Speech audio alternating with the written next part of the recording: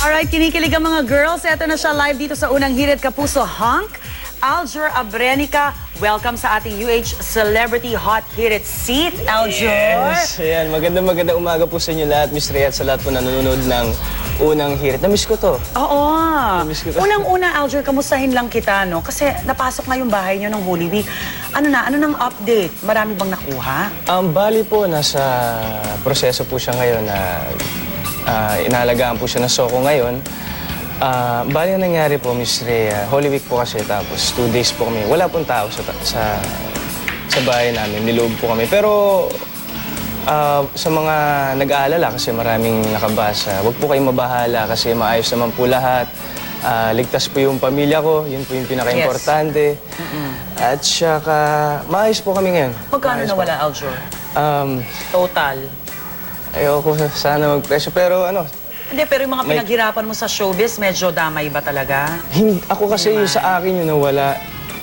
Para sa akin, ano lang, kikitain pa natin eh. Correct. Kumbaga, material na bagay lang yan, tsaka pera lang po yan. Ang nakakapanginayang po, yung naawa po ako sa nanay ko, dahil ang nakuha po sa kanya, mga alahas, hindi lang po basta alahas, kumbaga may sentimental value Yes.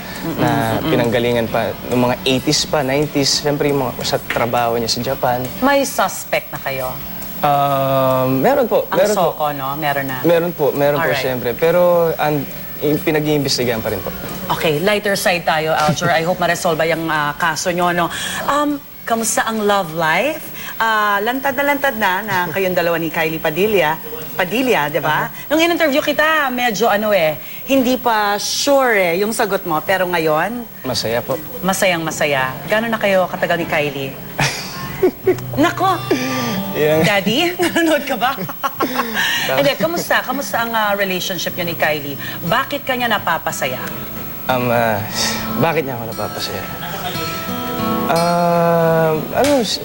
Si Kylie kasi sobrang thoughtful na tao yan. Tapos,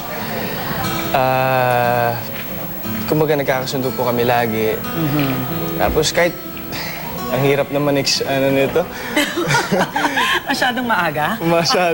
Basta si Kylie, yun yung kumbaga, very supportive. Yes. Yung naman niya yung sa bahay, nandyan siya para sa atin, para sa akin. Tapos, kumbaga, si Kylie yung tipo ng tao na alagaan ka, tsaka Going strong ang relationship.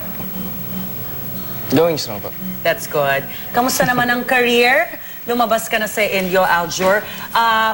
Pwede mo ba kasaming ikwento ano yung karakter mo dito sa Indio at anong kaibahan nito sa mga naging preparasyon mo sa mga dati mong karakter? Bali po kasi sa Indio, ito nga po, pumasok na po yung karakter ko si Bahandi. Ang pagkakaiba niya sa ibang mga karakter na ginampanan ko po, ito kasi si Indio, siya yung talagang Filipino na masasabi mong makikita mo yung karakter at kaugalian ng bilang isang Pilipino. Sa kultura, yung ibig ko po sabihin yung mapagmahal sa pamilya, Yes. Maalaga sa kadugo niya, tapos makabayan, maisog pa. Maisog. Ang ibig po sabihin ng maisog matapang na tao po. Yung ginawa mo ang machete, grabe ang diet mo nun eh. Ang Indio, ganito din ba? Balik ka sa ganong ka-strict na diet? Kung pwede ko Aljur? po sanang, balik din po sa ganun, pero siyempre, yung sa machete, iba po talaga yun. Talagang stricto po yung dieta ko dito sa... Ito, back to kamote ka ba? Mga ganyan. Pinipilit ko po. Pinipilit. Pero hindi ka naman mataba. Kita nyo naman sa videos natin, ang iyong mga pandesal ay namumutok. Ito, pinatatanong nila, Aljur, kung isa kang kulay, anong kulay ka at bakit? Kasi nga Indio yung ginagawa mo ba? Kulay ng balat o kulay? Siguro rainbow. Rainbow! Makulay ang buhay. Makulay ang buhay. Kapuso Bakit tayo. rainbow? Rainbow kasi ako yung tipo ng tao na makulay masayahin. Kumbaga kahit may hinagpis lagi ako nakakita ng brighter side sa buhay. Yan. At mga kapuso, hindi pa natatapos dyan dahil mamaya makakasama pa natin si Aljur. Meron siyang sorpresa para sa atin. Thank you sa pagpapaunlak mo sa Unang Hirit ngayong umaga.